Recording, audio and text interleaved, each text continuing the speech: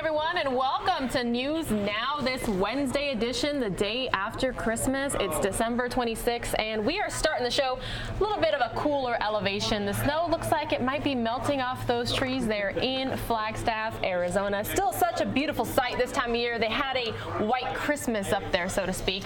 I'm currently joined by Ron Hoon. Ron, hi. Hi. Yeah, you had to wait till late in the day to get it, that's for sure. But sure enough, the snow came to northern Arizona. So for folks up that way, pretty cool to see pictures like that even the day after Christmas. And as I always tell people when they're moving here from other places, especially cold weather places, I say we can get some snow in Arizona. It definitely happens, but within usually a day the sun is back out and shining and the snow melts away, and it's not like you're living in the Dakotas and you're going to have to deal with the cold temps and the snow on the ground for sometimes weeks and weeks at a time. Let's take a look at traffic too. A little bit different situation than yesterday. A lot of people back to work. I know.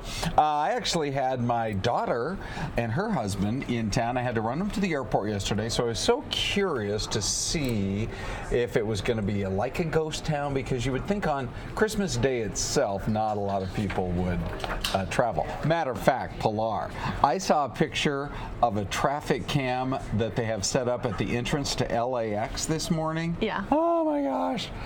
I mean, seriously, you're going to have people who are going to miss flights because unless they just get out of their car and start running, because it looked to me like you could be stuck in a line just to drop off somebody at the airport for an extra, I'm guessing here, but 30 to 45 minutes of just that much extra time just sitting stuck in traffic. So at least here in the Valley, it's not that bad. And I was just a little bit surprised that the airport on Christmas Day was as busy as it was. Everything was moving, but it was hopping. Ron, you want to know the trick? I know everybody likes the last minute hug right before somebody walks into the airport, but the trick is drop them off at the light rail station. They can take the SkyTrain over, then you can avoid the traffic. Do you do that sometimes?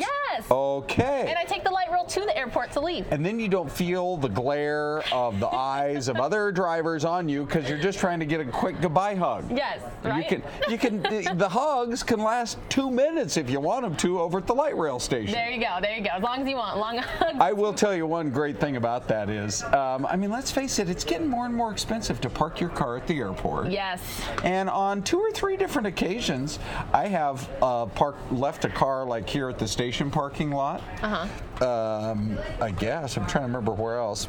I guess just here at work. If it's like for a quick weekend, and then when I get home on a Sunday, and it's so simple to hop that SkyTrain. It goes right over to the light rail. You walk down. It's a little escalator there. You walk down, and usually within 5 minutes, there's a light rail there to pick you up and run you either all the way out east to Mesa or all the way west into downtown Phoenix and beyond. It really is a great way to go, and you can sure save you a lot of money on the park. Yeah, time, money, everything. Yes. Light rail ticket is like, what, $2? Yep.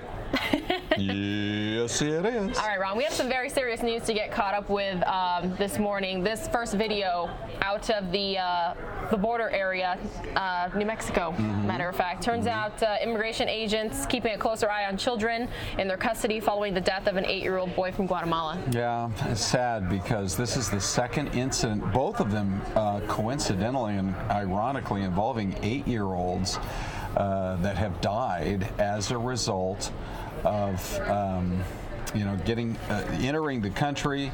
You've got the whole issue of family separation that created headlines for months, and then it's just heartbreaking to hear that in 2 cases now you have youngsters who apparently needed more medical care or attention than they were getting. Now, my understanding in this report was that the parents, or maybe it was the dad, got the child in for some sort of medical care, and that they were prescribed some medication, and then hours after that was when the child died. But nevertheless, they're going to take a good hard look at what their procedures are and figure out why this is happening and what needs to be done so it doesn't happen anymore. Yeah, officials at the U.S. CBP announcing a list of new policies just last night on Christmas, which includes conducting medical checks on any minors in their custody, particularly focusing on children under the age of 10. So, and you were speaking about Felipe Gomez Alonso, who was in custody, passed away after making multiple trips to the hospital in New Mexico. He was originally treated for a fever and a cold before being discharged, but then returned to the hospital hours later with nausea and vomiting before he died suddenly in the early morning hours. So they're saying the cause of death is currently unknown at this time, but we're going to continue to follow this story very closely, the border battle, and just, you know, one of the reasons that the president is saying a border wall is needed. So. Yeah. And we'll see how things go on that. I mean, you have Nancy Pelosi now just kind of openly mocking him, giving an interview over Christmas, saying, well, now what is next? What does he want, a beaded curtain? It kind of, in her own, you know, offbeat way, I think tries to minimalize all of the issues that are happening at the border. But, you know, the optics would have been really bad if the president had said, we're shutting down the government, but I'm going to Florida to play golf. He stayed there in the White House, and he's still there, and he wants some kind of a deal to come together.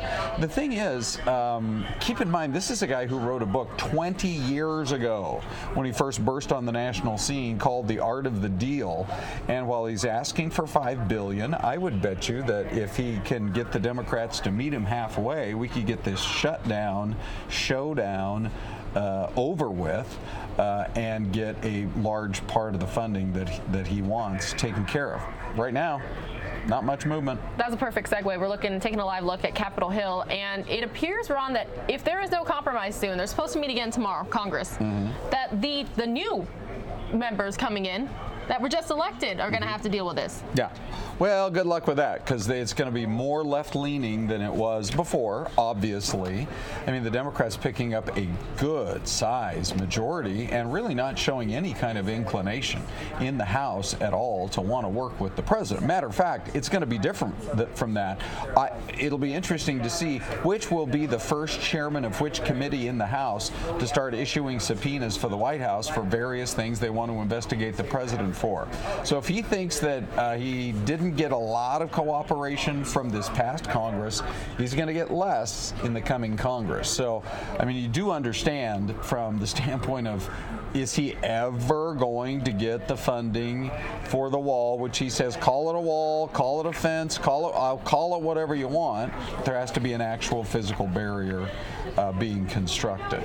Now, I don't know if you've traveled down to, say, the very southern part of Arizona, south of Sierra Vista, kind of between that area and Bisbee. But when I was down there a few years ago, I saw I don't know if decorative is the right word you want to use for the fence, but it has the slats so that agents on this side of the border can look and see what's going on the other side of the border, which was one of the real concerns about the proposal right from the start of a possible concrete type wall. I don't think that's ever going to be what they ultimately settle on. But they do have hundreds of miles of fencing that's already up. The president wants to extend it. Will the Democrats meet him even halfway, if not a third of the way?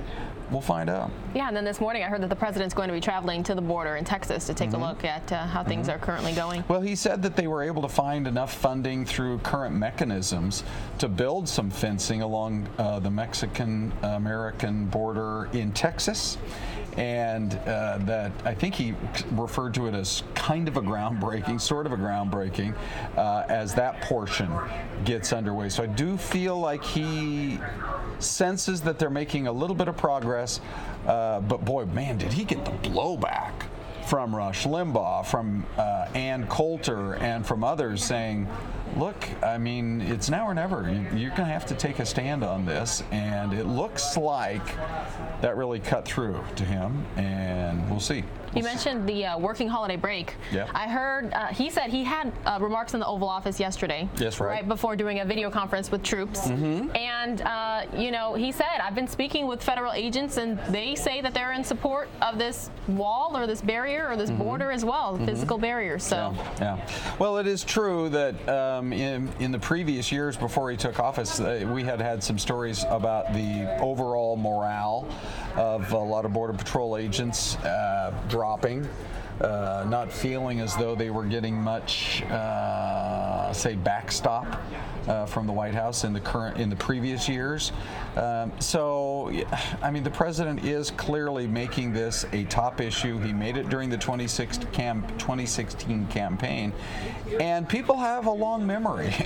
And now we live in the video age where even if you don't have a long memory, video exists, and it was too big of a part of his run for office for him not to try to push every button to try to make it happen. Right, absolutely. And speaking about, you know, upcoming changes here in Congress, we're hearing a new report this morning. Democrats are aiming to bring big government programs to the floor vote with the 2019 House takeover.